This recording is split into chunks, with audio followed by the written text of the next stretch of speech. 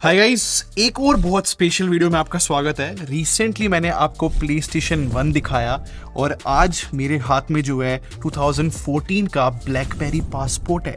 और इस फोन को बहुत लोग जानते होंगे। अगर आप ब्लैकबेरी को जानते हो तो मेरे हिसाब से बेस्ट टाइम है भाई अप्रिशिएट करने का कि यार मेरी टीम ने कितनी मेहनत करी है। मेरा इतना मन था कि आप लोगों को मैं ब्लैकबेरी पासपोर्ट दिखाऊं और टीम ने अरेंज कर दिया यार। फिर इस फोन की बात करूं तो पता है ब्लैकबेरी पासपोर्ट की इंटरेस्टिंग बात क्या है कि ऑलमोस्ट ब्लैकबेरी जो है फेड होने वाला था, मतलब खत्म होने ही वाला था। तब ब्लैकबेरी ने ये फोन लॉन्च करा था खुद को बचाने के लिए। बट यार इस फोन को यूज करने के बाद ना मुझे क्लियरली कुछ मेजर मिस्टेक्स नजर आ रही है जो आप लोग को पता होनी चाहिए।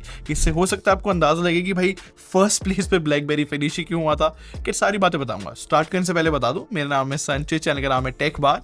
मैं आप लोग का टेक खरीदने की एक्सपीरियंस बेटर करना चाहता हूं तो सब्सक्राइब बटन पे क्लिक कर लो, साथ में बेल आइकन जरूर प्रेस कर लेना। पता है क्या गाइस, अगर इस फोन की डिजाइन के बारे में बात करूं ना तो बहुत सारी बातें जो मैं पुट अप कर सकता हूं डायरेक्टली। सबसे पहले एक चीज तो क्लियर है कि इस फोन का नाम ब्लैकबेरी पासपोर्ट इसलिए है क्योंकि ये पासपोर्ट की शेप का है। और ब्लैकबेरी की ना हमेशा से एक आइडेंटिटी रही है कि जो इनके यूजर्स है उनको फिजिकल कीबोर्ड बहुत पसंद था। तो ज्यादातर आपने देखा होगा ब्लैकबेरी के फोन जो है फिजिकल कीबोर्ड के साथ ही आते हैं। मे बी इस फिजिकल कीबोर्ड स्टाइल की वजह से बिजनेस वाले लोग बहुत पसंद करते थे ब्लैकबेरी को। बट जब मैंने इस ब्लैकबेरी पासपोर्ट फोन को देखा तो इसकी कीबोर्ड में मुझे दो चीजें नजर आई। सबसे पहली बात, हॉरिजॉन्टल ऐसी जो लाइंस आप देख रहे हो कीबोर्ड में, ये मेटल है। नो डाउट ये प्रीमियम फीलिंग तो देता ही है, बट इसकी वजह से यहाँ पर जेस्चर्स का सपोर्ट मिल जाता है। मतलब अगर मैं कीबोर्ड में ही लेफ्ट राइट करूंगा तो पेजेस चेंज हो सकते हैं। बट सेकंड चीज बहुत वियर्ड है, इस कीबोर्ड के स्पेस बार को देखो जिसकी लोकेशन ये नहीं होनी चाहिए थी। क्लियरली इस स्पेस बार की जगह पे लेटर्स होने चाहिए थे और इस वजह से एक लर्निंग कर्व आ जाता है। मतलब मेरे को इस कीबोर्ड को यूज करने के लिए पहले आदत डालनी पड़ेगी क्योंकि बार बार स्पेस बार प्रेस होता है। इनफैक्ट जैसे कि मैंने बताया कि ये पासपोर्ट की शेप में है फोन और ऑटोमेटिकली भाई अगर मेरे को यूज करना है इस फोन को प्रॉपरली तो मुझे दो हाथ से इसको पकड़ना ही पड़ेगा।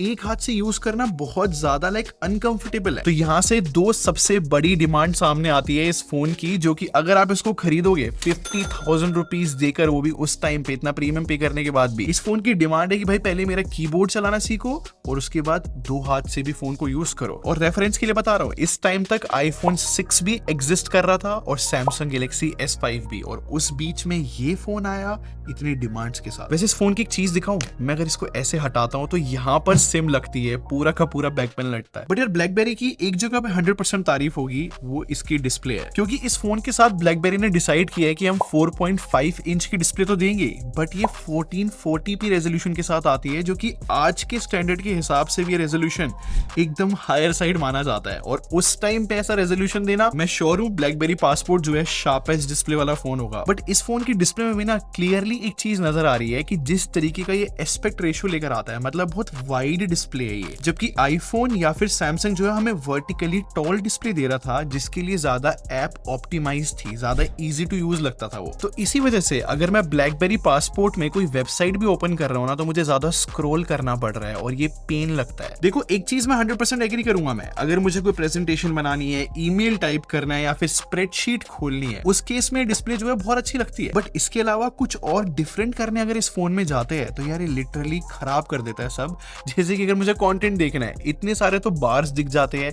इन शॉर्ट ये एक मेजर फ्लो था। इन सब चीजों के अलावा बात करूं तो इसमें कंटेंट देखना मुझे ऐसा लगता है कि काफी क्रॉप्ड फील होता है, जो कि बहुत बड़ी प्रॉब्लम है। इन शॉर्ट ब्लैकबेरी का बिजनेस वाले लोगों पे इतना फोकस था कि बिजनेस एप्स या फिर बिजनेस टास्क की जगह पे इस डिस्प्ले में कुछ और करते थे, तो मजा ही नहीं आ रहा था यार। और अब बिजनेस एप्स मैंने वर्ड यूज कर ही लिया है, तो भाई इसके सॉफ्टवेयर के बारे में बात की जाए तो वहां पर भी कुछ कॉन्ट्राडिक्शन थे। देखो इस फोन में ब्लैकबेरी OS मिलती है, और अगर हिस्ट्री देखी जाए तो विंडोज फोन के साथ क्या हुआ था कि ऐप डेवलपर्स ने विंडोज फोन के लिए ऐप ही नहीं बनाई। सिमिलरली ब्लैकबेरी OS के साथ यही हुआ। और फन फैक्ट, ब्लैकबेरी ने जो है अपने फोन्स में एंड्रॉइड ऐप इंस्टॉल करने का ऑप्शन दे दिया था, और Amazon ऐप स्टोर था इस फोन के अंदर जहां से एंड्रॉइड एप्स इंस्टॉल की जा सकती थी। बट यहाँ पर ही प्रॉब्लम थी कि काफी सारी एंड्रॉइड एप्स वर्क ही नहीं करती थी इस फोन के अंदर इंस्टॉल करने के बाद भी। और अगर कोई गूगल की ऐप यूज करने जाए तो उसके लिए गूगल प्ले सर्विसेज चाहिए होता है, वो इस फोन में नहीं डलता था। और सबसे शॉकिंग बात, क्योंकि ब्लैकबेरी जो है बिजनेस वाले लोगों को टारगेट कर रहा है अपने फोन्स के साथ, तो स्लैक जैसी इंपॉर्टेंट इंपॉर्टेंट ऐप जो है इस फोन में चलती ही नहीं थी, और ऐसे बहुत सारे कॉन्ट्रडिक्शन जो है इस फोन में क्लियरली नजर आते थे। और रेफरेंस के साथ और आपको क्लियर होगा यार एंड्रॉइड कितना फन है यूज करना, कितना ज्यादा यूजर फ्रेंडली है, विजेट्स है,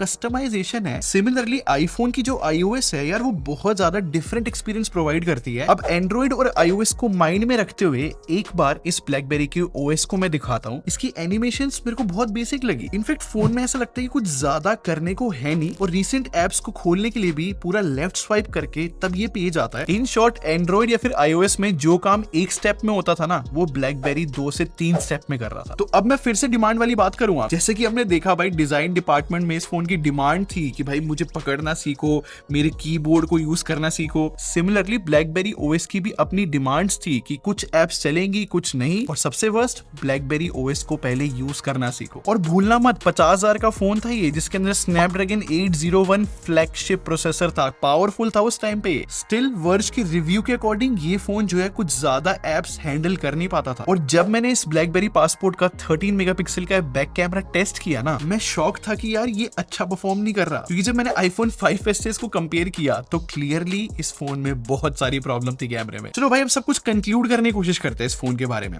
देखो रेफरेंस की बात की जाए, आईफोन और सैमसंग जो है उस टाइम पे ये दोनों ब्रांड ऐसा काम कर रहे थे कि इनके फोन चाहे फिर स्टूडेंट यूज करे, बिजनेस या फिर नॉर्मल कोई भी, सब आसानी से यूज कर सकते थे। बट ब्लैकबेरी खुद को लिमिट करे जा रहा था कि मैं सिर्फ बिजनेस वाले लोगों के लिए फोन बनाऊंगा, और बिजनेस वाले लोगों के लिए भी कुछ खास फोन नहीं था ये। और अगर मैं अपने ओपिनियन की बात करूं तो मुझे ऐसा लगता है कि इस फोन की जितनी भी डिमांड्स थी ना वो एक्सेप्टेबल नहीं थी। मतलब आज के टाइम पे फोल्डिंग फोन्स भी आते हैं, उनकी भी डिमांड है कि सर्टेन तरीके से हमारा डिवाइस यूज करो, but at the same time folding phones जो है वर्क भी कर रहे हैं यूजर के एक्सपीरियंस को बेटर करने के लिए। बट ब्लैकबेरी की बात की जाए तो वो यूजर के हिसाब से बेटर होना नहीं चाह रहा था। आई थिंक वो बहुत रिजिड थे लोग। खैर ये तो थे मेरे ओपिनियन, आप क्या सोचते हो भाई कमेंट सेक्शन में बता के जाओ। मुझे बहुत मजा आया भाई ब्लैकबेरी का ये पासपोर्ट यूज करके।